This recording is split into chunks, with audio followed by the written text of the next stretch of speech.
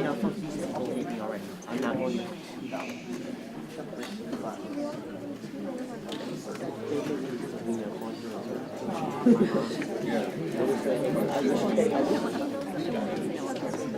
Oh yeah.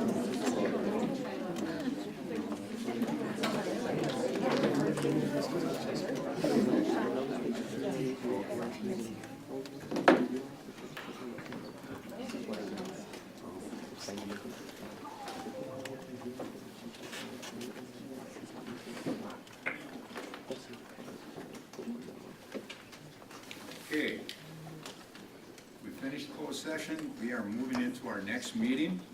I'm calling to order for a special meeting of the Board of Education in order to restructure the board. And I'm going to turn it over to Mr. Tess at this point in time to lead us down the road. Thank you, President Boucher. Cassie, do you have available the leadership choices report? I do. For the role of president, Mr. Boucher has thrown his hat in the ring. For the role of vice president, Lance Trollope, treasurer, John Kreischer, and clerk, Karen Vandenberg. Do you want me to proceed to board member interest for president appointed positions, or would you like me to wait? No, let's continue. Announcing, Jim Boucher has declared himself for a candidate for the office of president. Are there any other nominations from the floor?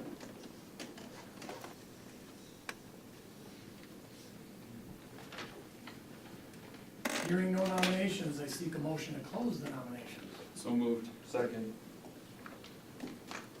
All in favor? Aye. Opposed? Nominations for the office of president are closed. At this time, I will ask board members to cast their ballots for the office of president and pass the ballots to Ms. Peck.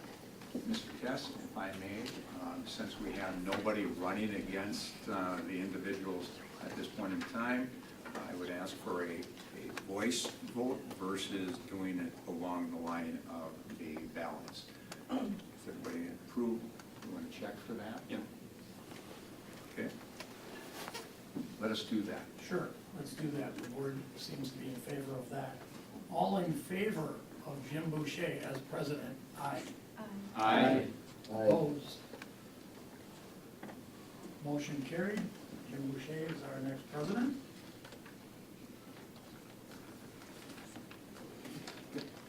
Lance Trollope has declared himself a candidate for the office of vice president.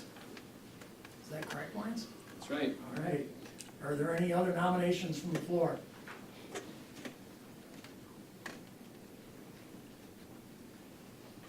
Hearing no other nominations, I seek a motion to close the nominations. So moved. Second. All in favor of closing nominations?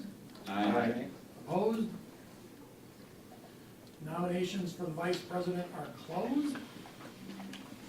At this time, with an aye or a nay, all in favor of Lance Trollope as vice president? Aye. Opposed? Motion carried. Lance Trollope is our new vice president. John Kreischer has declared himself as a candidate for the office of treasurer, correct? Yep. Are there any other nominations from the floor?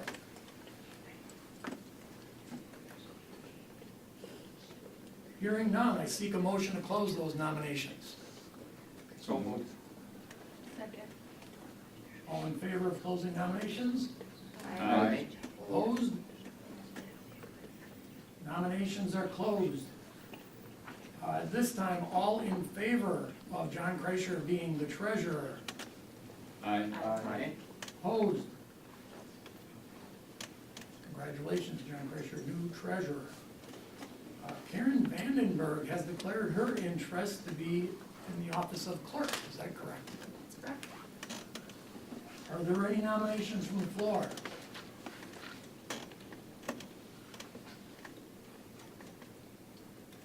Hearing none, I seek a motion to close nominations.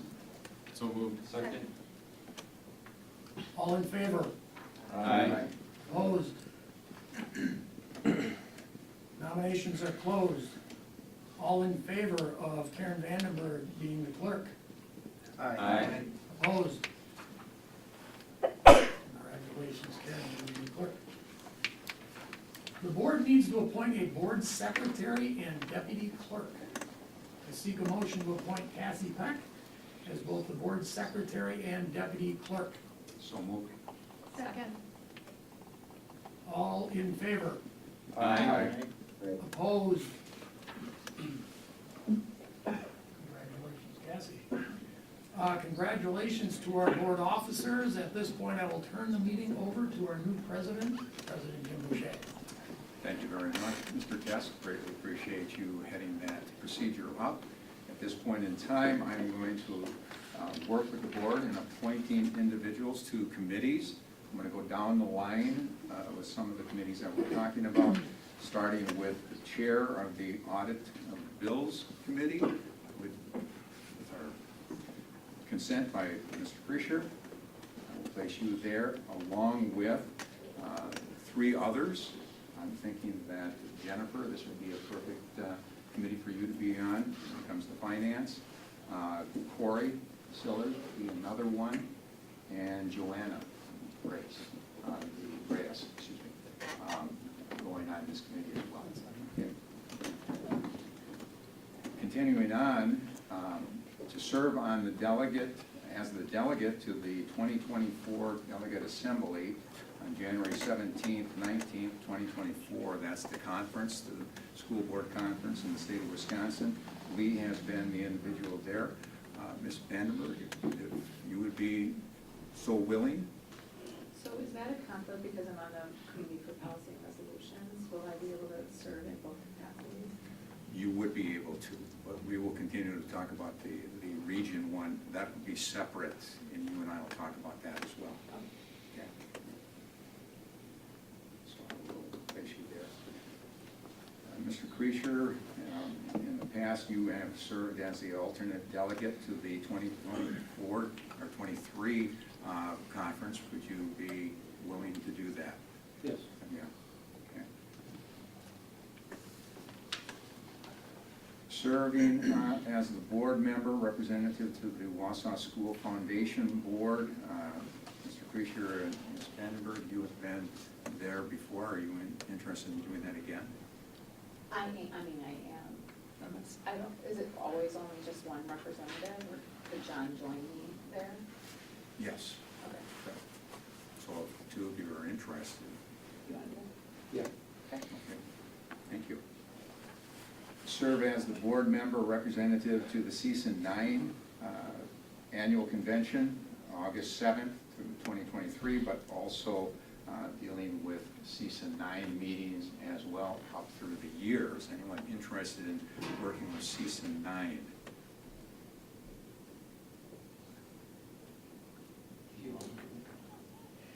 Mr. Sillers, would you be interested? Work with Season 9? Okay.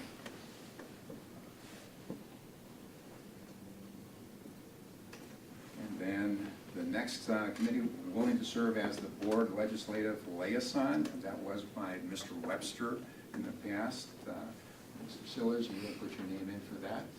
You would be interested, if anybody else maybe. Otherwise, I will pass it over to you, Mr. Sillers. Will serve as the board member representative to the Weekend Consortium Committee. In the past, it has been you, Joanna. Are you interested? Yes. Will serve as the board member representative to the Union Contract Negotiating Committee. In the past, it was myself and John. Is anyone else interested? Sure. Pat? I will remove my name there and have Pat and John. Are you interested? Yeah, we need different than 2. Okay. I believe we need 3 for that position. Pardon me? We need 3. 3? Is there a third? Too quickly. I did jump off of that one. Okay, well, I've been nominated by one of the members, so I will be on that committee as well. Try to share the wealth with everybody. All right, willing to serve as the board member representative to the Gifted and Talented committee. You were in the past, Pat, would you like to state? Yeah, absolutely. Okay.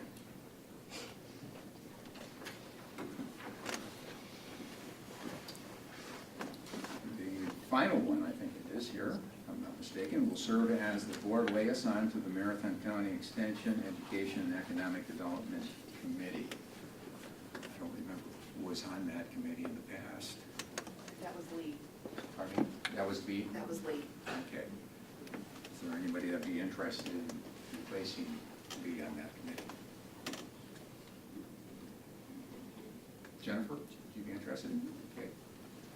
Tremendous, thank you very much. So with that, I believe we have covered all the committees. We have placed the officers in position. At this point in time, I'm seeking a motion to adjourn this meeting. So moved. Second. All in favor? Aye. Opposed? Motion carries. Thank you very much. All right. As I'm looking down quickly at our next meeting that we're going to be starting, it is 5:30. We're almost right on time. On Monday, April 24th, 2023, and I am calling the board together for the Education Operations Committee meeting for the Wausau School District Board of Education. I am seeking a motion to approve the minutes of March 27th, 2023. So moved. Second. All in favor? Aye. Opposed? Motion carries. And at this point in time, this is a time that the public and student comment may be presented to the Board of Education. But before we do that, Cassie, have you checked to see if there's anybody? We just set it up there so there wasn't confusion for which Oh, meeting it was for, so if okay. we could just give people another minute to sign up. Absolutely. Thank you.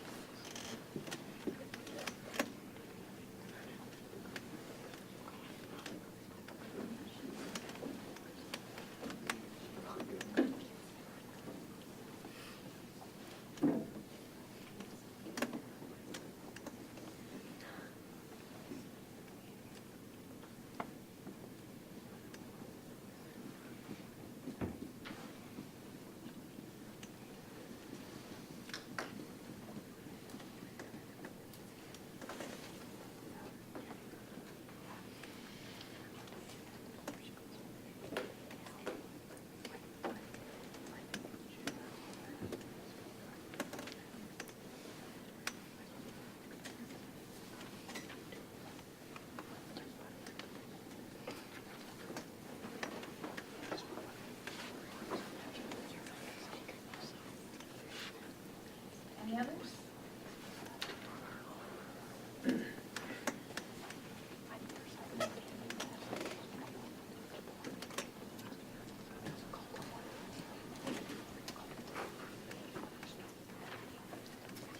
Okay, before we listen to our first speaker, I'd just like to read through this so that we can stay on the same page with everybody.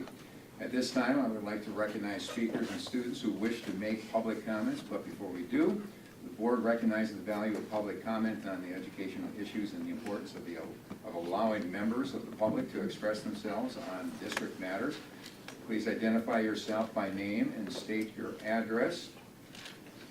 Each statement made by a participant shall be limited to 3 minutes in duration. The timing system will be identified by Ms. Beck. To your left, speakers shall direct all comments to the board and not to staff or other participants. Public comments may not identify specific personnel or students by name or through any type of sufficient allusions, the presiding officer values civil discourse and may interrupt, terminate, or prohibit comments that do not adhere to those rules. So it is a very cordial way of approaching the school board so that we can hear everybody and what they have to say. So with that, I am going to start with our first speaker. First speaker is Ms. Towle. And we got it all turned on, so here you go. Thank you. Good evening, board members, Board President Boucher. My name is Mary Tao. I live at 506 Sherman Street, Wausau, Wisconsin, 54401. I come before you today as a citizen, a parent of 2 graduates of East High School and 2 kids who are at West High School. I am among some of the Hmong community leaders that's in the room here tonight with me and the parents. I feel it's your responsibility, board members, and district administration, to really uphold your policies and enforce your policies. Specifically, if we are expecting our students to comply and to live out the guidelines and policies that you put in place so that they can have a decent and safe education environment, I would ask that you also make sure you enforce those policies with your employees. I know all of you have deliberated in closed session, and I ask you, there are no other options. There are only one option for all of you to consider. I believe that anyone who creates an environment that's hostile, an environment that creates chaos, an environment that's insulting and threatening and dehumanizing to any of our students should be held to the highest consequences. You all know what you must do and the actions that you must take. I don't believe that we can sit here and look the other way and not look at the situation with some seriousness. I don't want to be here. I want to be an effective leader that comes here to work with all of you about your future strategic initiatives. I don't want to sit here and address these kind of racial tensions that are happening in your school district. I'm really sorry that you all have to deal with the situation that's at hand, but I hope you understand that those that suffer the most are the students that walk into your buildings every single day. As adults who've been charged, who have taken an oath to provide a successful learning environment for our students, some of your faculty members or member have failed to do so. I urge all of you that when you take a look at policies like PO 5500, when you ask students to hold them to a higher positive student conduct, I hope that you look at your employee handbook and you enforce that among your educators, your employees, to hold them to the same degree. We should not have an environment where children don't feel safe to learn and children don't feel like they can walk in and feel like they are accepted. All of the things that we are here today, some of the parents are in the room from the Hmong Lao community, we ask all of you to do the right thing. Be courageous as board members.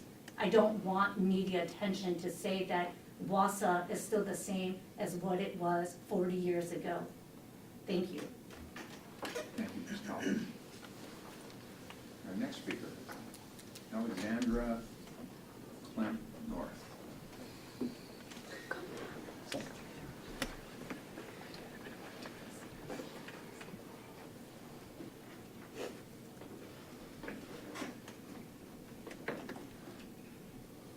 My name is Alexander Klepp North, and I live at 4029 Pine Tree Road, Wausau, Wisconsin. I am a student of the Wausau East School District. I am not only autistic, I am also an openly queer student. I have found safety in a lot of the classrooms in our school system, specifically in the band classroom at Wausau East. I have a safe human in my band director. I have a safe space, and I have a spot where I am able to not only express my identity, but also to express the fact that my senses aren't like other people's, and my band director has made it so that I am able to be myself. He has altered the way that the band functions so that I am able to do that.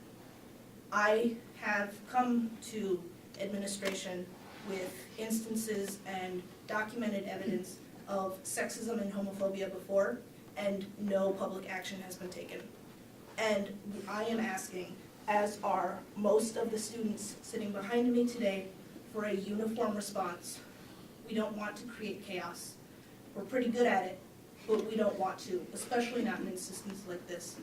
We need to have structure, and we need to have uniform responses when it comes to allegations of harassment towards protected classes.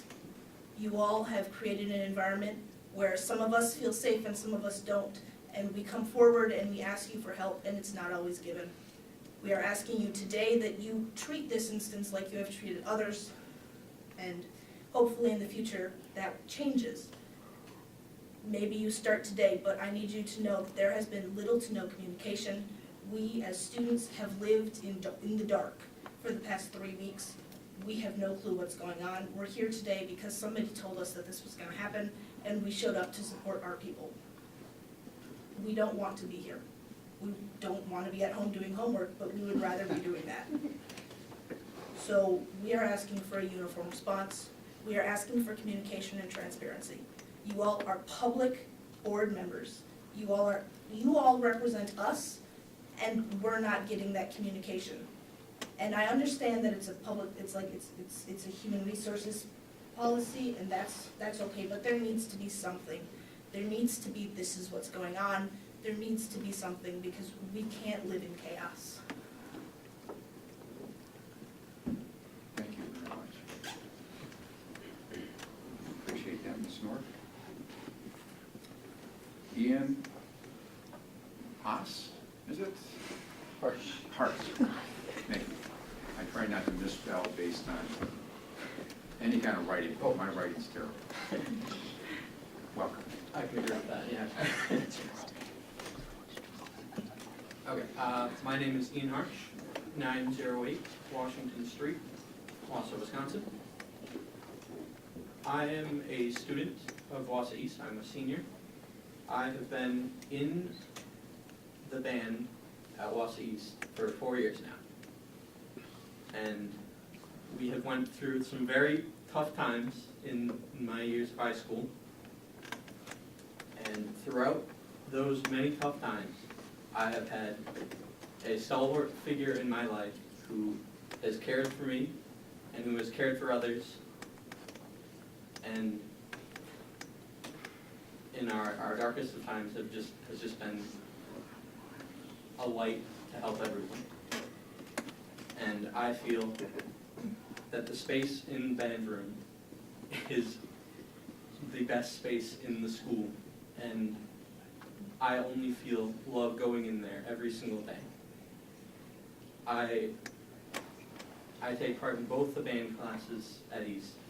I'm in the pep band and the jazz band, and every single time I walk into that room, I feel nothing but joy in my heart and pride for being in there, being with the people in there, and especially being with the band director. I have a particular relationship with the band director, as I am dating his daughter, and that gives me insight into more of his life than the average student.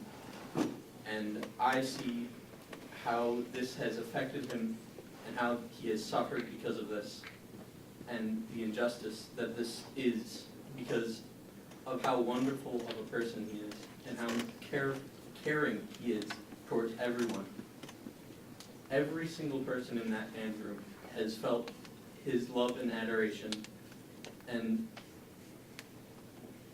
you can just feel the way he feels towards you because of how he talks and how he expresses himself. And I feel that this is very unjust and that he should be brought back. Thank you. Thank you, Mr. Harsh. Appreciate that. Jade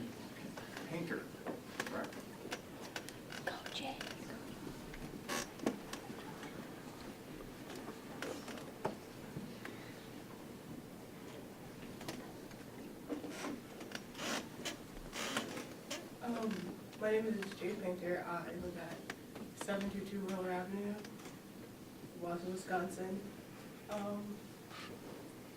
I am also a student at East, and I do wish for my band director to come back, as he's helped me through a lot of things that's happened at school.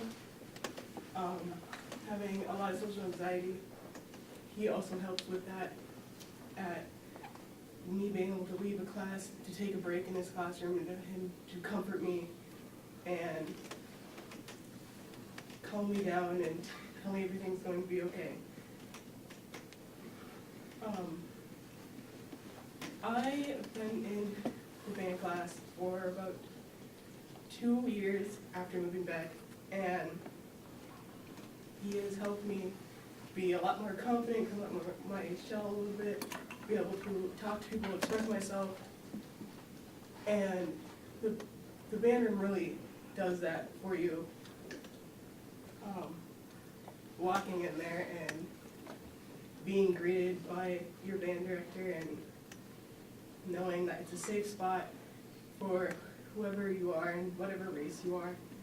And he really does emphasize it as much as he can. Walking down, going to the classes, and he sits there greeting you as you turn, about to go into his class, asking how you are, if anything's wrong, if you look upset, if you're sad. He always asks if you need a break from something, or if you can play today or not. And if it's a no, he knows and understands that, and he lets you take a break. He is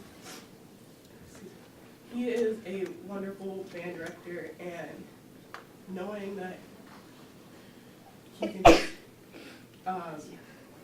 calm you down and help you out with whatever he possibly can is absolutely wonderful.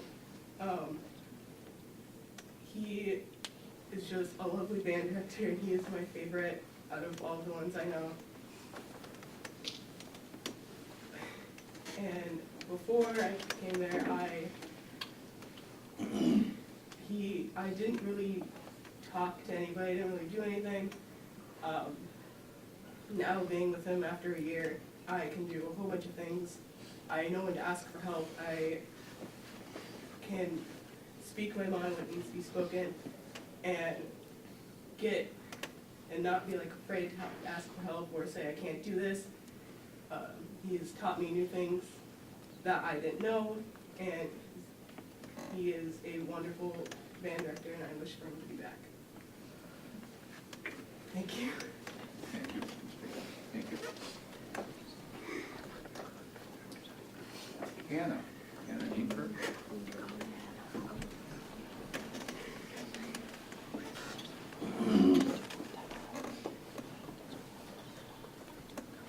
Hannah Inker, Pt.1 Avenue. I've been a student with Perkins and band for about a year now, and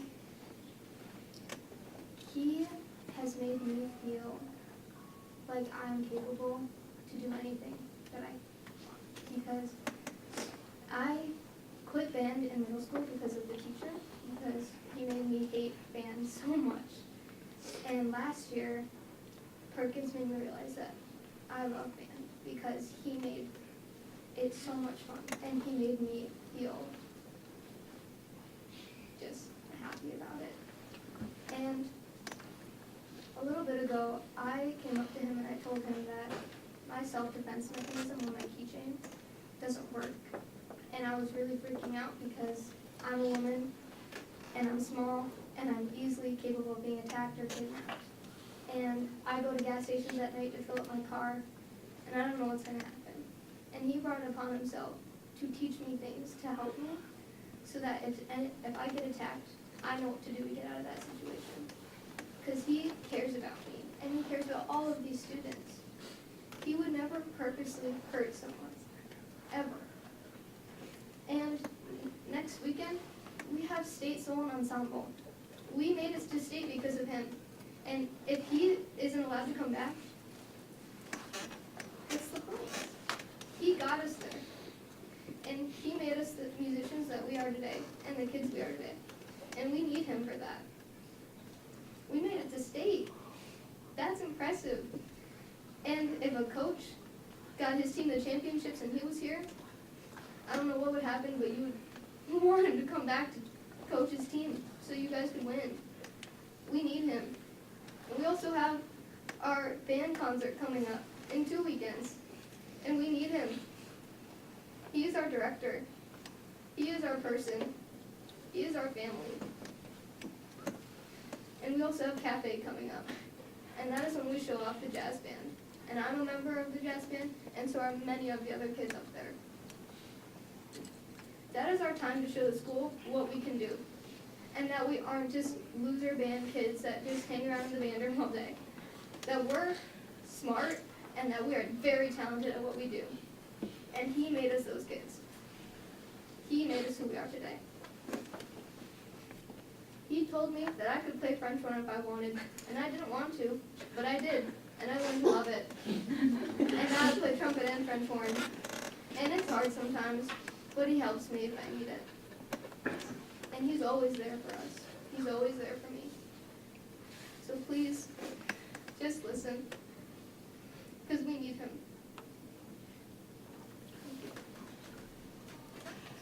Thank you very much, Speaker. Thank you, everybody that has come today to speak to us. We greatly appreciate that. Getting input is very important, and for us to listen to what you have to say. So thank you very much for being here.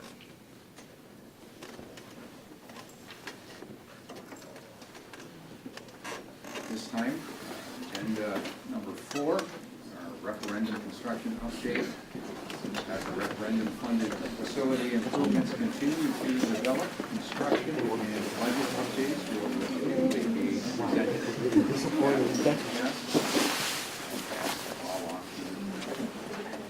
Thank you. I've got with me again today, Nick Anderson from Nexus, and we're going to talk about how the construction is proceeding in our 4 active sites, and we're going to take a little bit of a glimpse at the budget as it stands right now, and offer an opportunity to ask questions. So with that, I'll let I turn it over to you.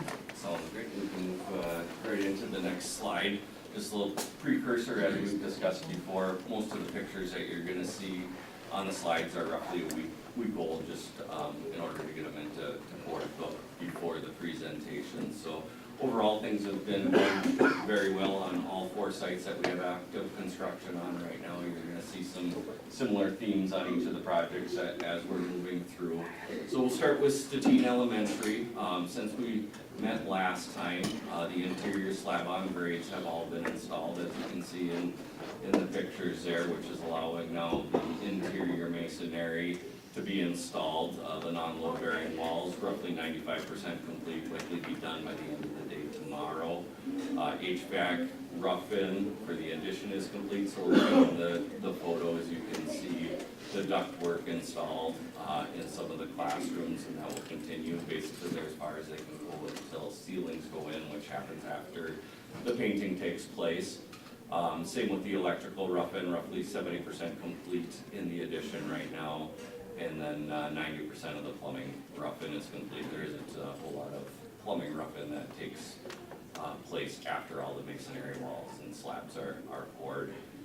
And then moving on to the exterior of the building, if anybody's been by, roughly 75% of the exterior of the veneer is complete. And when we talked last time, we said the roof is roughly 95% complete. Once the brick veneer is done, then the remainder of the roofing work can be completed. It overhangs the brick a little bit, so there's some work that needs to finish after the brick is up, which will be taking place in the next couple of weeks. And then we can move on to, did we skip Riverview, or is that the That's next. Okay, all right. Moving on to South Mountain, just a reminder, we've got 2 separate additions going on out there. Area B is the smaller of the 2 additions. That is a little bit farther ahead than Area C. The EPDM roofing has been installed on Area B, other than what we just talked about, the areas that overhang the brick. So once the brick is installed, the roofers will be back to complete that. Kind of the bigger picture there in the center, you can see they are doing the prepping of the soils to get ready to pour concrete in the smaller addition, which is planned to take place this week. So after this winter's activities, the masonry and roofing work, the soils get ready to start, so everything's getting cleaned up and prepared for the concrete to go down. 75% of the HVAC rough-in is complete for Area B. It's not a real large space, so the HVAC contractors were able to work right over the, call it the dirt, rather than waiting for the concrete to be poured in there, so they're getting ahead in that area. And then moving on to Area C, since we met last time, the rest of the load-bearing masonry walls have all been installed, the structural steel has been installed, the metal deck for the roof has been installed, and I believe about half of the roof is complete, probably a little more than that, after today's work on Area C. And regarding the existing building, the tie-in from the existing building into the new additions for plumbing has been completed for both additions, and roughly 75% of the fire alarm upgrade taking place in the building has been done, and that's kind of on hold now until students get out for summer break, so we can have a temporary shutdown of the existing fire alarm system in order to get the new system active. Moving on to Riverview Elementary, we've got the one two classroom addition, probably the farthest ahead of all the projects, and that basically due to the magnitude of it being a little bit smaller. So you can see on the top left picture there that actually all of the exterior masonry has been installed on that project. So the roofers are finishing up like we talked about on the other projects. The concrete floors were installed when we met last time. There was a little bit of additional structural steel to be installed, which has all been complete now. 90% complete with the HVAC rough-in, 90% complete with the electrical rough-in, and then the electricians has also started on working for the new gear that's going to be installed when the generator from School Forest is moved over to Riverview. That'll be later this summer. In fact, the painters were on site today for the first time, so we're starting to do the block fill on the interior of the building, so it's starting to take shape very nicely. And then moving on to School Forest, between already. A lot changed from what you can see from last time to this month. As you can't really see the masonry in this picture, but the chimney masonry is complete. And just if anybody does get a look at it, what you see right now is the interior portion of the chimney. There is a finished course of masonry that'll be installed, and that's gonna be starting in the next few weeks. The plumbing underground and rough-in has been completed along with the electrical rough-in. I know we were, I wanna say about 60% when we met last time, so we're getting ready to put the floors down, the slab on grade and the slab topping over the precast here in the next foreseeable future. And then the big difference is seeing the glue lambs installed, which are the big wood beams and columns that you see. And then on top of that goes the tongue and groove decking. I don't know how easy you can see, but the bottom two right pictures, so that's the upper side of the roof deck. So down from underneath, when you look up, you will see finished tongue and groove decking there. And then on top of that, insulation and roofing system will be installed. So probably better than 25% complete after today. In the next couple of weeks, we will start putting the metal roof on as well. And then the HVAC contractors have been able to work in the basement space underneath the precast and start doing their ductwork and hydronic rough-ins in the basement. So as the roof gets on, as the floor gets poured, we can start coming up with the lungs and the heart of the building. And that's where we're sitting at for the 4 projects that are currently under construction. We can, of course, loop back and ask questions about any of those specific active projects, but what you see on the screen right now is a budget update that you have seen, at least in format before. 2 weeks ago, we talked about the MIR project and how the MIR project is trending over budget right now. So we have talked about and have seen that before. The new numbers up here are the athletics phase 1 at both east and west. And the last time we saw this document, that lower right number, we were under budget by about $302,000, and with final contracts issued for the athletics phase 1 in both of those sites, now we're under budget by $416,000. So our bottom line has improved a little bit in the last 2 weeks. With that, questions on this slide or any of the other previous slides? This is not for action. On the West High School, we're showing the 500 that we verbally approved approved for the foundation part. And I could have asked this last week. The 450 that we talked about months ago, about that additional square footage in the back of the building at West, is the team feeling they're saving enough to cover that 450, or should we be showing that on here too? We're hopeful. I don't want to say we're certain, but we're hopeful. And one thing that is certain is the board will get an opportunity to see that number when it's at 95% budget design. We'll see the design. We'll see that it does indeed include enough support in the southwest to support additional floors. You will see that we are designing that community room, and we're designing the extra storage to the far east, so the design will include them. At that point, if our estimators decide that it is bigger than 28,895, you'll see that, because you're not gonna see a 28,895 right on the nose, right? Because that was simply adding $500,000 to the referendum budget. What you'll see is an actual design budget, and it could be less than that. It could be, to your point, $450,000 more than that, or anywhere in that range. But at that point, we'll have a board meeting and an agenda item just for that reason, to give us the approval to take that design out to bid. Does that answer your question?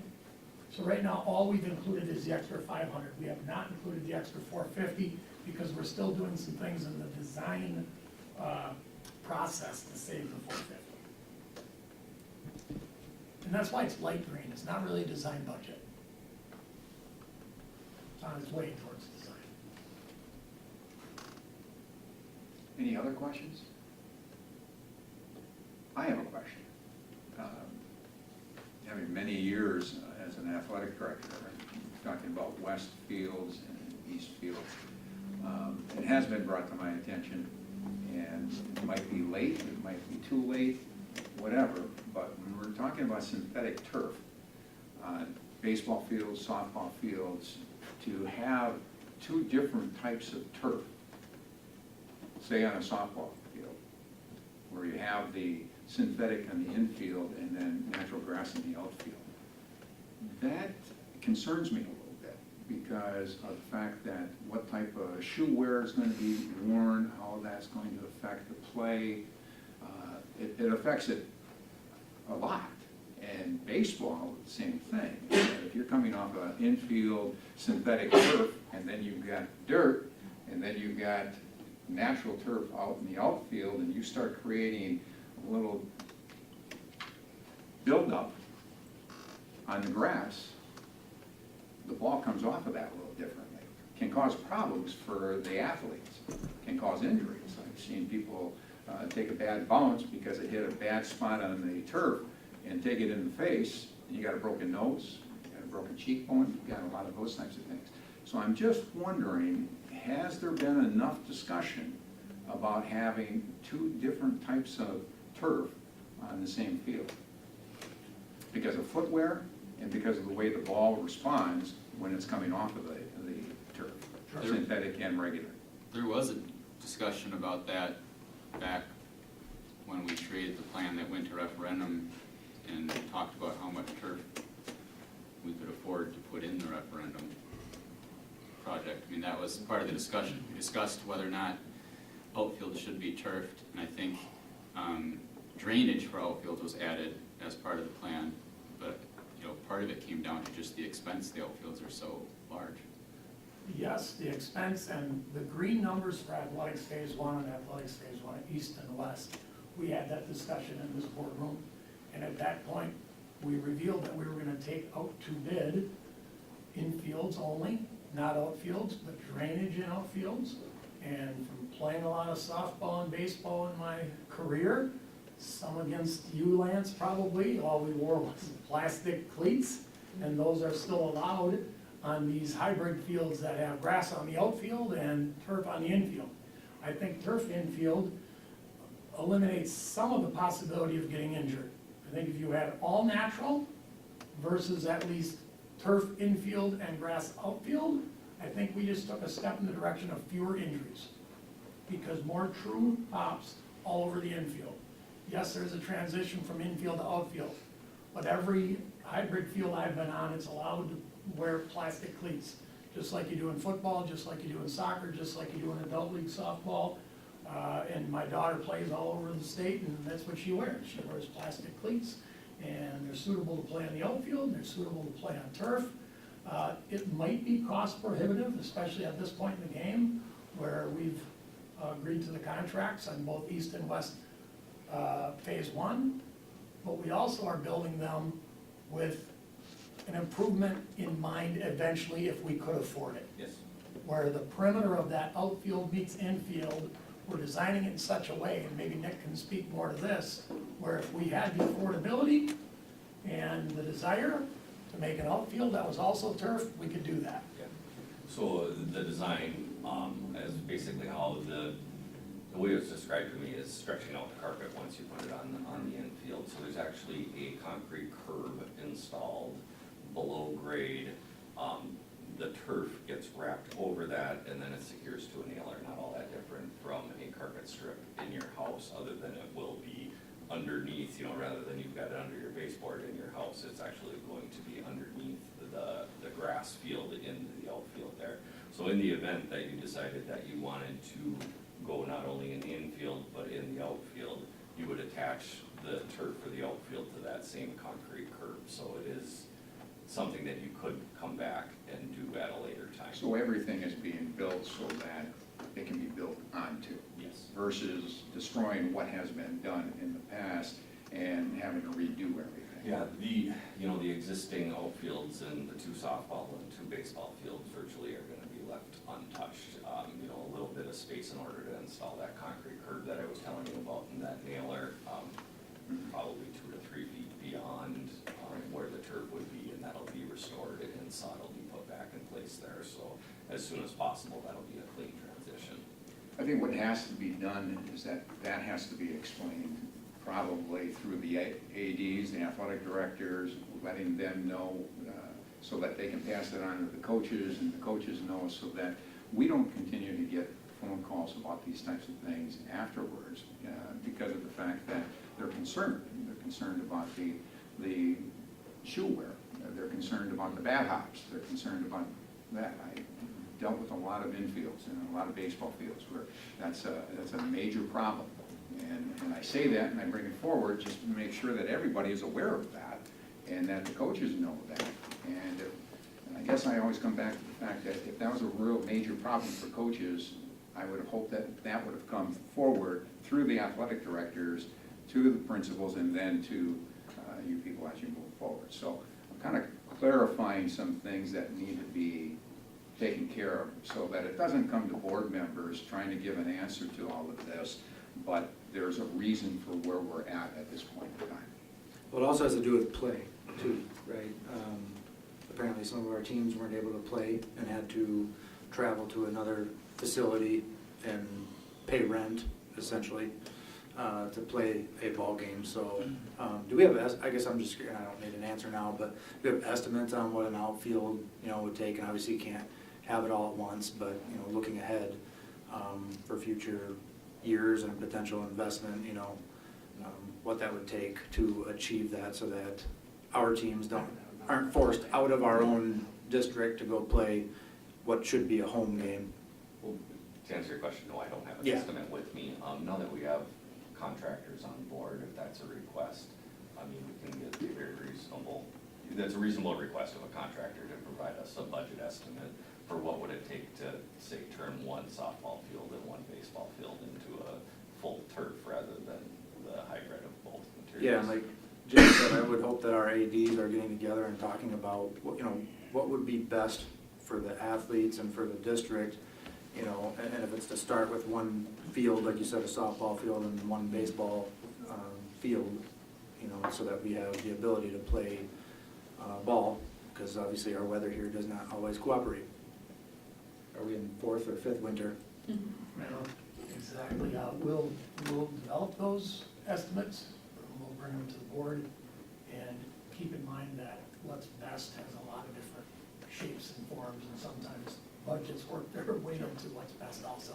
I think if you ask coaches, especially in a spring like this, where everybody in central Wisconsin is flying walking to Wisconsin Rapids to play, because they have a beautiful facility, but it came at a cost to the community and donors and the district, so, yeah, it's a nice facility, and they picked the right season or the right year to open it. Exactly. The first year. You know, and again, I'm not trying to deliberate and ask these questions over and over again, but the bottom line is, just know that these questions are out there, and there should be answers for those, so that it doesn't have to come to board members. One thing on shoes too, sometimes when people hear turf, they think of like the old AstroTurf that was like this, but Bob mentioned that the plastic cleats are allowed, and I would expand that and say they're actually preferred typically, in my experience, on the new field turf. That the turf shoes with the very small little grips that you use for like, you know, super short kind of, you know, AstroTurf for lack of a better term, often isn't even preferred, so. Must be a Kleenex thing, The AstroTurf. Yeah, that's the old, you know, the old one that we kind of think of as Synthetic acetone and turf. stuff. Yeah, so, because now when you've got the field turf, it's a little bit longer and more cushion, and a lot of players would choose to wear the plastic spikes over field turf shoes anyway. And I can just confirm what you both have said is, you know, working with the contractors and the designers, that is absolutely their recommendation is a standard plastic cleat to be worn. Basically, They what don't you have can't metal do on is there, you can't wear the metal Correct, ones no. that, once you get to the older ages, some players will choose to go metal. You can't wear those, obviously. To be clear, it's not like we're on the cutting edge here. Right. We're years behind. Yeah, we're following what other districts have done successfully, so I would hope a phone call or two could put an end to any of that. It's been done in many places, so. Yeah, exactly. Been many rodeos done. Also worth mentioning, some people say it's cost prohibitive to make athletes buy 2 pairs of shoes. If you're playing anywhere in this conference, you're buying 2 pairs of shoes if you want metal and plastic, or if you want 1 pair of shoes, plastic they are, right?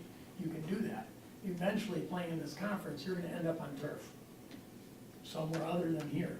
And eventually in this conference, you're gonna end up on synthetic dirt and grass. So it's cost prohibitive in the same way without us doing a thing, because you're playing on opponent's field. So it's not really any more cost prohibitive than what they're already experiencing. Worth mentioning. I'm sorry, I got one more question. What was in phase 1 of the West contracts? The West contracts, phase 1 was netting, it was lights, it was infield baseball, infield softball. Got it. That's it. Okay, and those we signed last week, or whatever, as well? Probably longer ago than last week if we opened the bids for, yeah, maybe. Okay. The reason I'm asking is about the lighting, because the West coach was in favor of ditching the lighting if you could get more turf, but it's signed. Okay.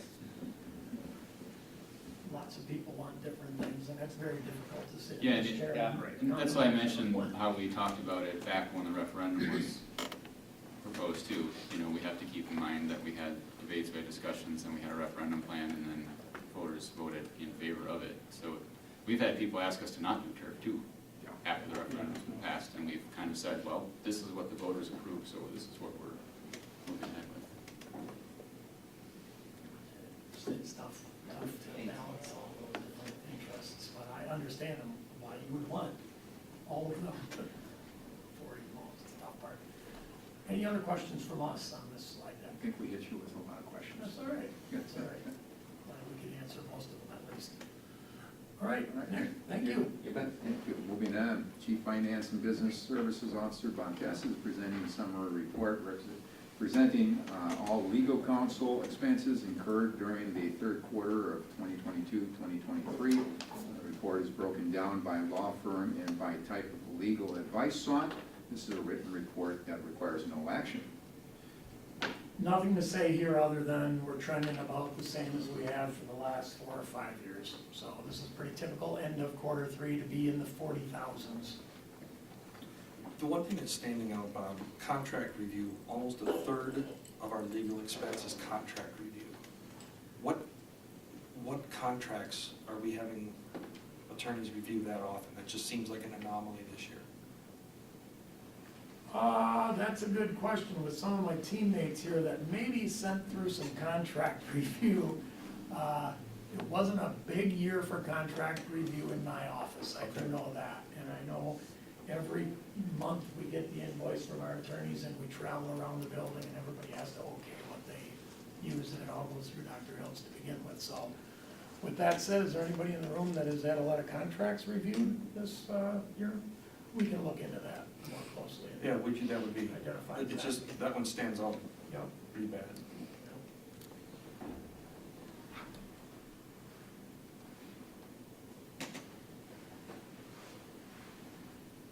Cassie, can you help remember that? You and that? No, go in tomorrow. Oh, We'll dig into that. All right, any other questions for that phase? If not, we'll move on.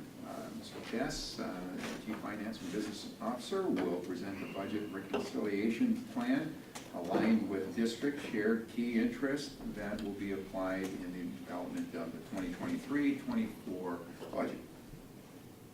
All right, let's see if my clicker works, so I'll click from here, okay? Okay, what we're looking at tonight is a budget reconciliation plan. And we've gone through this in the past, but with some fresh eyes on it. What it is not a budget, it is not negotiations, it is not a wage and salary offer to anybody. It's a budget reconciliation plan which takes our budget projection model and tries to bridge the gap to the actual budget that you're gonna start seeing in May. And once you start seeing that budget in May, you're gonna get a chance at the initial budget in May, full board approval in June, look at it again in August, full board approval in September for what goes to the annual meeting. The annual meeting takes another look at the budget, and then at the end of October, you get the final look at the budget. So there's plenty of activity between now and that budget being approved, October 24th or something around there. So the budget reconciliation plan is just what Noel Tortzen and I in our department are gonna use to build that next version of the budget that you're gonna see in May for the first time at the Ed Ops meeting in May. So it's good to understand what it is not. Also, it's important to understand last year, when we presented this budget reconciliation plan, on the same evening, we also went into a special session, not closed, just a special session that approved all the salary and wage increases for the next year. And we were able to do that because we were in between 2 years of a biennial budget. We knew our budget at that point. This year, one of the biggest challenges, right up top, we're in the middle of this state biennial budget process. And the legislature has to present it, and the governor has to take a look at it and sign it. Usually happens end of June, beginning of July. So we'll have some opportunities yet before then to look at a budget, and some opportunities after that to look at a budget. And every time new information is revealed, we can change what that budget looks like, or you can change what that budget looks like. Another challenge, that nationwide labor shortage we've been talking about for the last couple of years, it continues. And it makes it even more important to attract and retain high-quality workforce of leaders. Others are dealing with that same challenge right now. Other school districts are trying to retain their people and attract people from us in some cases, or attract from private industry. Okay, that same challenge is happening everywhere. It makes it very important for us to keep that edge that we have. The third bullet, the current rate of inflation is lower than it was by a single month a year ago, but the CPI that we often use for negotiations purposes and also talking about comparing year to year to year is a 12-month trailing average. That 12-month average of 8% is higher than it's been in a generation. You don't see a 12-month average of 8%. If you look back 20 years, probably even longer. Another challenge, and this one's gonna appear on the next 2 slides because it's also an opportunity. One-time ESSER funding is available during the upcoming budget cycle, but it will continue to be difficult to blend the use of new revenue for increased expenses along with backfilling this fiscal cliff that's left when this ESSER money starts to evaporate. That is a challenge. Another challenge, ESSER funding does run out following the 23-24 budget. The budget that we're building right now, in reality, is the last budget that will take advantage of large ESSER amounts. There's a little bit of a tail at the beginning of the very next year, kind of close out some of your spending and seek reimbursement for some things. But for all practical purposes, the budget that we're building right now is the last opportunity to leverage ESSER, okay? And that's a challenge in determining alternate funding sources to replace ESSER money or eliminating some of the ESSER-funded expenses. There are some opportunities. ESSER is an opportunity also. There's money available for ESSER in the budget that we're building right now, 23-24. The success of a pair of referendums does help us. Maybe not as directly as you might think, but think of the position we'd be in if we didn't pass those two referenda. A $4 million recurring referenda to fund pupil services staff and some other underfunded budget areas, and also the construction or the bond referendum for $120 million. In some buildings at least, we can take care of some of the deferred maintenance with capital improvements, and that just naturally happens. So those are opportunities. Health insurance premiums, we talk about them going up 2% this year, and how that's really horrible that they're going up 2%, because we're kind of numb to these increases because we hear year after year after year, 0% increase, 0% increase. I was at a meeting a couple of weeks ago with local business managers, and we went around the table. And there were some 10s and some 15s and some other smaller numbers. And when they came to me, they all laughed and said, I suppose it's another 0. I said, well, not quite, it's a 2% increase. So that is an opportunity, even though it is going up 2%, when you have that large of an expenditure only going up 2 versus a 5 or a 10 or a 15, it's an opportunity. A strong fund balance. We've got a strong fund balance, and that allows us to do a couple of things. Borrow money for the referendum at lower rates, because we're a good risk, a good credit risk, and also it gives us comfort passing a budget that's not perfectly balanced every year. If we get to October and we have a budget that's imbalanced, with expenses being higher than revenue by about $700,000 or $800,000, we have comfort doing that because of our strong fund balance that many districts wouldn't have comfort doing. This slide is just to represent a couple of things. It only shows teachers because they're the only group that we negotiate with, but it shows how the CPI has changed over recent years, going all the way back to 15, 16, and to show by a matter of magnitude how high 8% really is. Last year, the CPI was 4.7. That looked pretty high when you looked at this graph. Now the CPI at 8% really looks high. And it also shows that every year since 15, 16, we've met or exceeded the CPI for total teacher wage increases or salary increases. Now, it doesn't show the non-teachers, but non-teachers usually track pretty close to at least the same pattern as the teachers. In fact, last year, it was on this date, when we knew the biennial budget and the hand that we were dealt, we brought to you a salary wage increase where nutritional services got an increase of 6.23%. Or hourly people, hourly support staff got a 5.78 as a group. Maintenance and custodial, 4.82. Teachers, the only one we bargained with, was at 4.7 exactly, the same as the CPI. Municipal, 4.57, administrative, 4.5. So as high as the CPI was last year, we found a way to get most of our groups at CPI and some groups beyond CPI. And that's gonna be a challenge this year, not only because we don't know what the state budget is, but also it's 8% versus 4.7. Next, I have 3 slides in a row that all look pretty similar. This one is a little bit different color, and I do have a recommended motion at the bottom that suggests this is the one that I'm recommending. And on top, it says we would be accepting the assumptions built in the presented projection model. You saw the assumptions in November. You saw the projection model in January. There were a lot of assumptions. The projection model said a lot, but some of the key assumptions would be $200 per pupil revenue limit increase. The last few years, it's been 0. So if we get a 200, that would hit our projection. And I think that's pretty realistic. I think 200 is realistic. It also assumes that our reimbursement for special ed costs stays at the 30% it was at this year. So we make that assumption, stays at 30%. The wage increase, we made the assumption that it was not only 3 for the coming year, but also 3, 3, 3, 3, 3.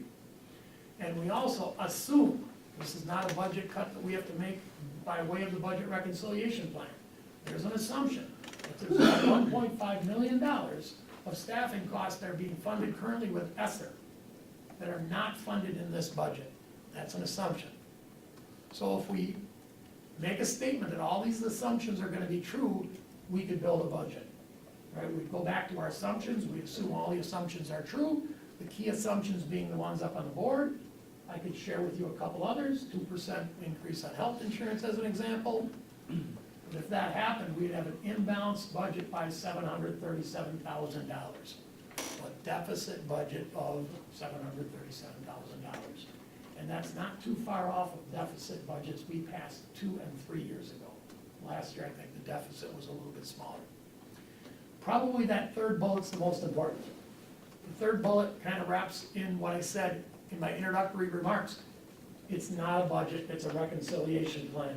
And every time you see a subsequent version of the reconciliation plan, because you'll see it again in 2 weeks, if we learn more information, probably won't learn much in 2 weeks, but if we learn more between now and May 20, whatever, when we have the ed ops for the original budget, we can make those changes. If we get more revenue, we can increase those salary amounts. Then again, if it changes for June, we can make those changes again. Even if we get solid word from the state what the budget's gonna look like, even between versions of the budget, we could bring a single agenda item for salary and wage increases. And then we'd build a budget with that single motion. So we've got some time to react to this. This would just inform what that first budget version looks like.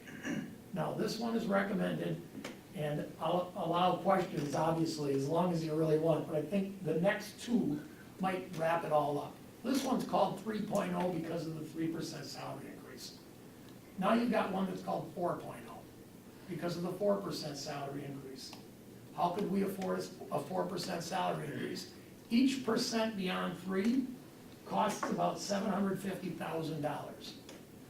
Important to understand, $750 for next year. Another $750 and compounded the next year, another $750. Hopefully people understand that we wouldn't give salary increases and then take them away, right, 7.5. If we raise our per pupil from 200 to 300, it would avail us of another $802,000 in revenue. So 800 to 750, pretty close to a wash. We'd pass a deficit budget of only $684,000. What if another percent were added on, 5%? Well, going from 200 to 300 generates $802,000 more in revenue. Going from 30 to 35 for sped reimbursement generates another $676,000. Each additional percent is about $750. You can kind of create your own scenario because all three of those numbers are pretty close to the same, right? A 100 increase on per pupil, $800,000. A 5% increase on sped reimbursement, $676,000. Each additional percent, 1.75 million, right, $750,000. So on the bottom where I would have a motion 2 slides ago, I just put better understand the budget reconciliation plan 5.0. And if you wanted to go in that direction, obviously you're the board, you can do that, but it comes with some challenges. And those challenges are just displayed on this screen. The top one is the 3% followed by 3,333. The next one is 4% followed by 3s, and the next one is 5. So the only thing I'm manipulating is the next year salary wage increase of 3, 4, 5. And of course the scales on all of these graphs, they're so small, so you really can't read the scale too well, but you see a structural deficit on top, that's widening.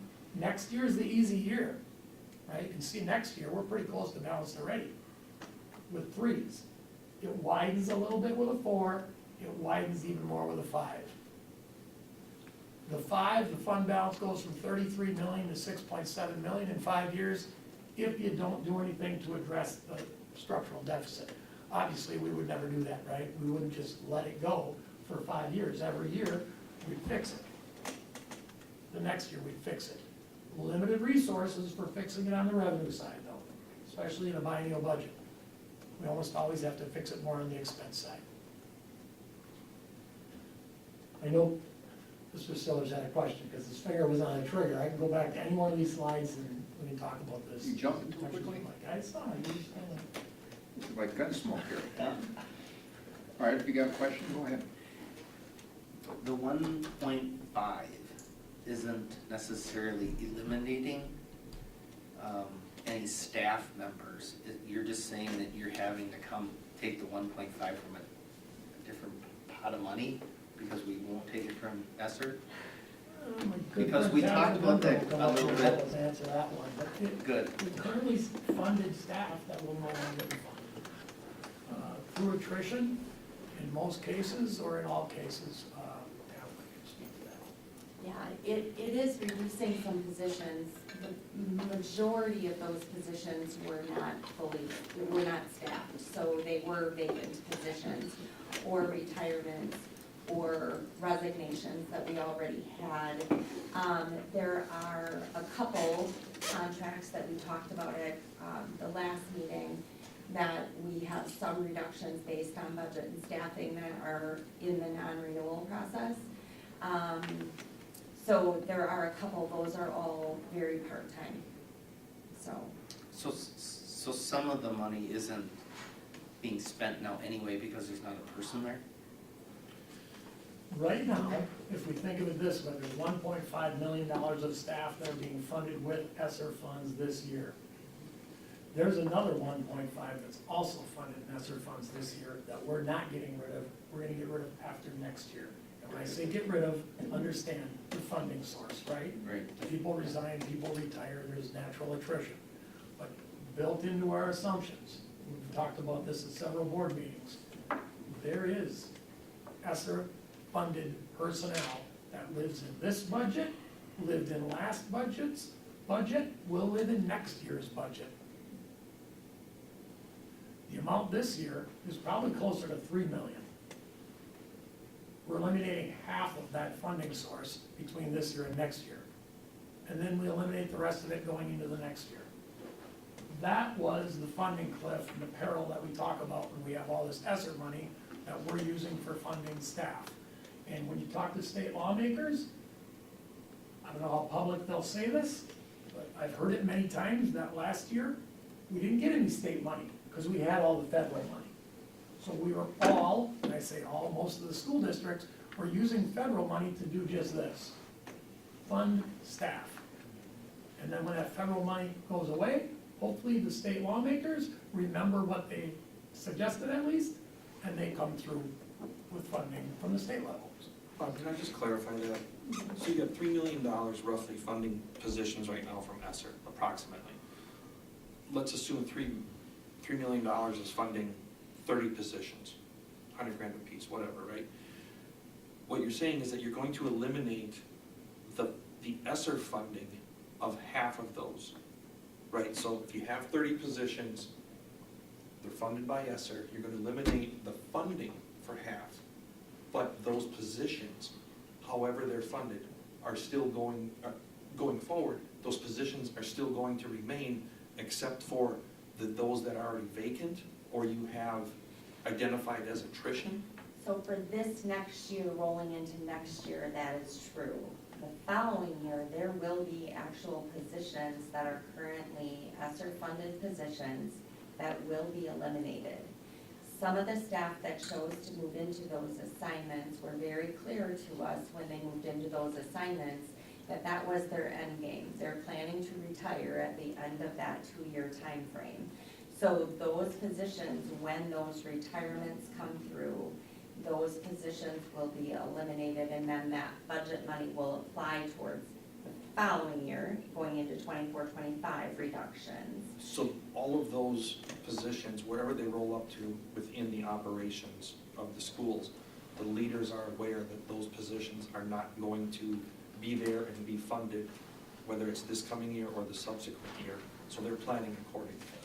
Yes, although also keep in mind that because we didn't get the revenue from the state that we otherwise would have, there are some positions currently being funded by ESSER in order for us to continue to provide the service level that we need to provide for our students.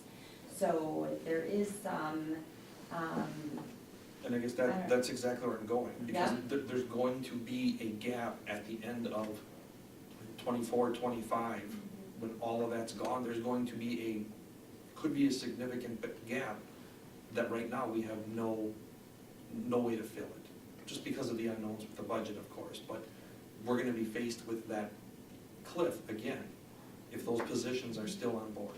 As most districts in the state, I think, are. Yes, We talked about and, more, and in November, when we shared all the assumptions, one of the assumptions that was clear was in the current budget, we have personnel funded at the amount of $3.555 million. Next year, it goes down exactly that amount to $1.98 million. The following year, all of that just about goes away. We actually put in the assumptions that we're gonna have 300,000 funded at the very start of 25-26, because that ESSER has that little tail on the end. So this was an assumption that was built in. Now, a correction to the assumption could be, if 3% is a good number, and the state comes with a bunch more money, could the 3 stay 3, and you fund additional positions? That could be, there are infinitely many permutations how we can craft this, right?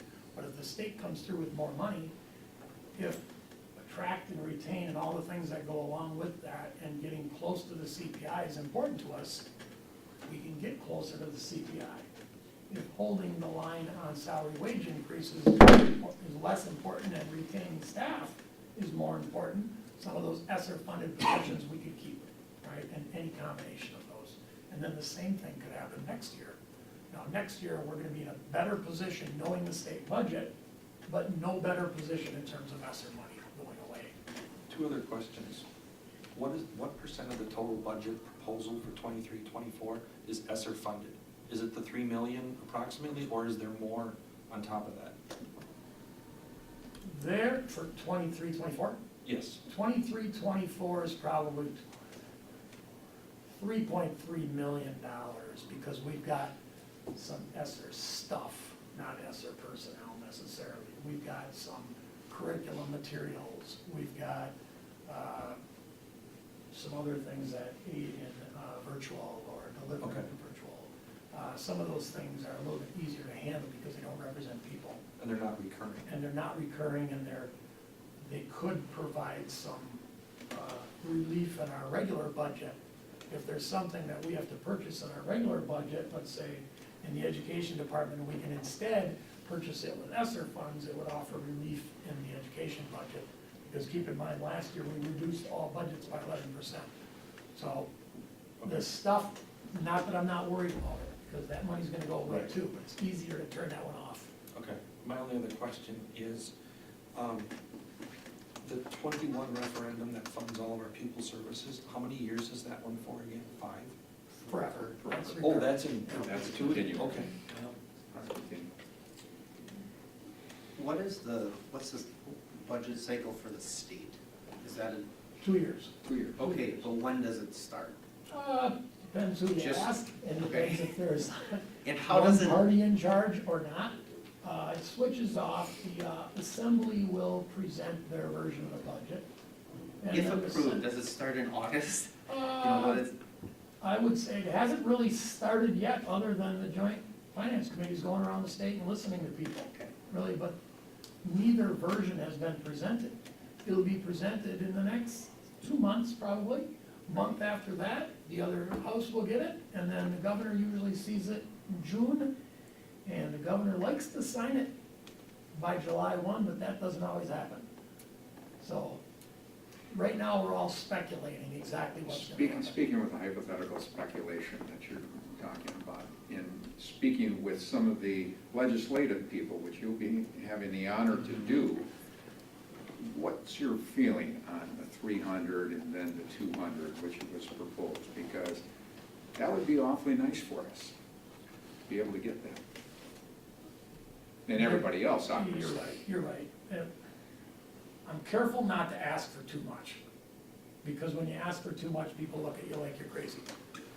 But if we need to catch up for being behind the consumer price index or inflation for years, right? We're behind. We cut a bunch of things. Every department got cut 11%, but we did afford a 4.7% increase, right? We cut. We've got to get ahead, or at least caught up with inflation. You could easily make the argument that $600 or $700 per pupil increase is just to catch up. And then on top of that, how do you handle an 8% rate of inflation? When everything around you is going up 8%, including attracting staff. You know, you might be able to keep some staff, but you're not gonna get new staff unless you stay competitive, right? So I could easily sit here and ask with a straight face for $1,000 per pupil, but it's not gonna happen. So now you start asking for $450, you ask for $500, you ask for the special ed reimbursement to go from 30% to maybe 45%. Knowing that that special ed reimbursement, Noel can correct me on this, but about $12 million a year we transfer from the general fund? $11 million. So it would lessen that transfer, so it would help all students, even though it's special ed. Across the board, we'd all be helped. So I'm hearing support for some of those things on both sides of the aisle.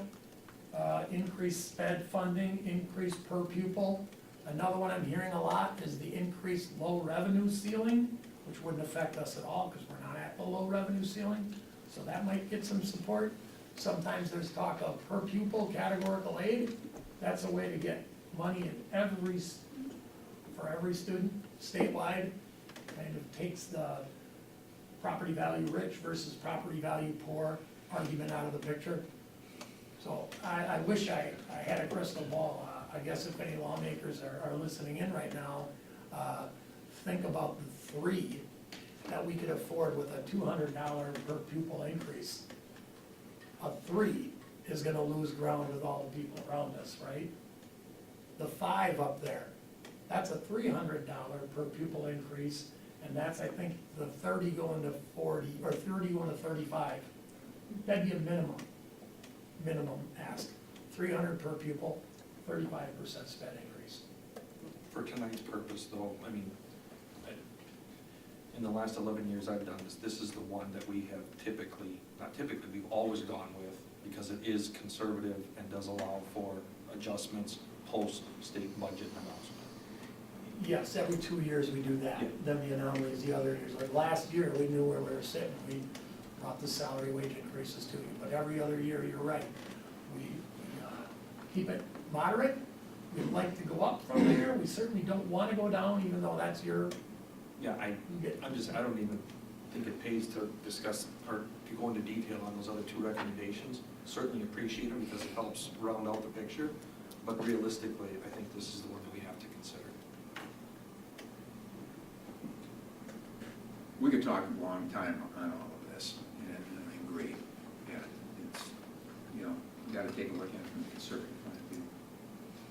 I'm just hoping that, like you said, that some of the legislators are listening and tuning into the needs, especially coming off of a pandemic, and trying to catch students up academically is going to be very important. That's just not throwing money at education, but we're putting it towards educators and equipment that we need. Yeah, so, any other questions? Just correct one thing, because I'm looking at the numbers, it'll bother me all night if I don't. You asked how much money is being spent in ESSER in 23-24? $4.3 million. I said 3.3. Before you Didn't go carry back, the one.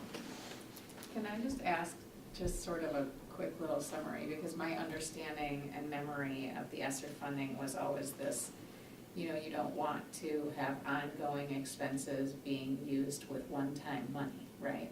And we're in this scenario with ongoing expenses being paid for by one-time money. But the reason we're in that position is because the state hasn't increased any of this pupil revenue limit year after year, and our expenses have continued to climb. We've cut budget as best we can, but we still need to have the money to pay our personnel and allow for the raises that have been given. And that's sort of like the summary of why we have ESSER funding personnel monies, Yes. correct?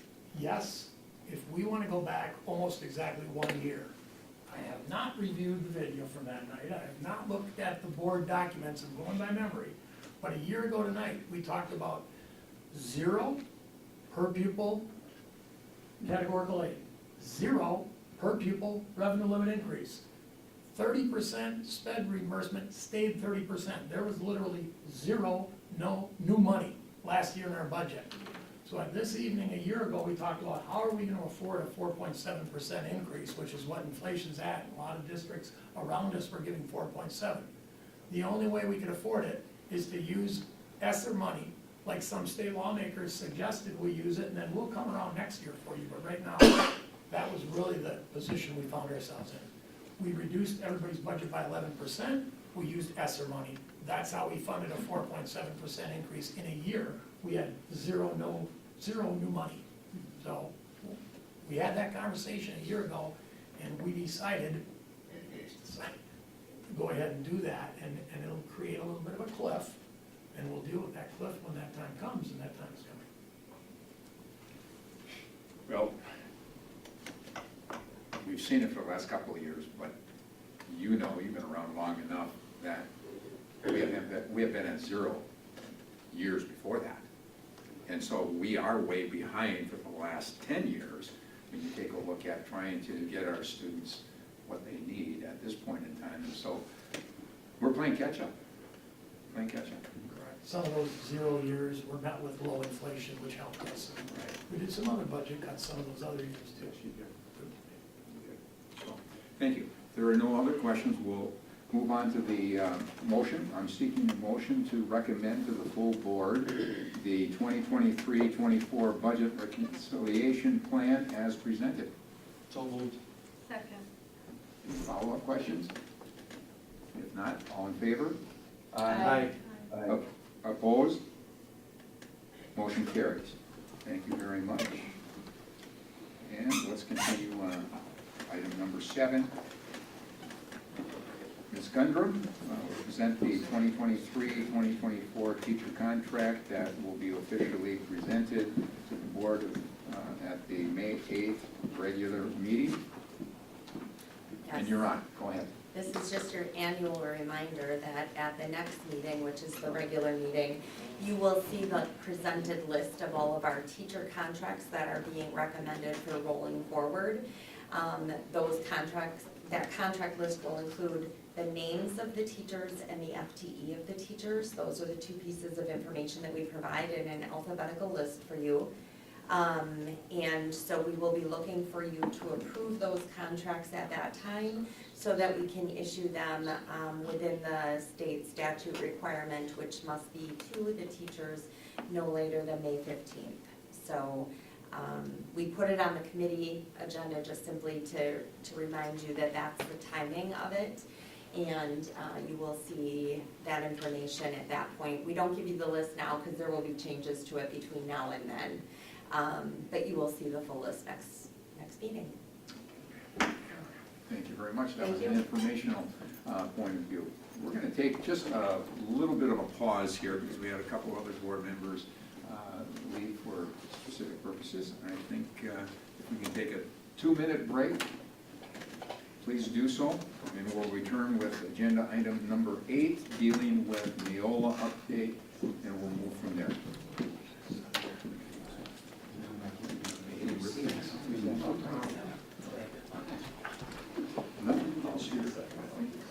Would you like?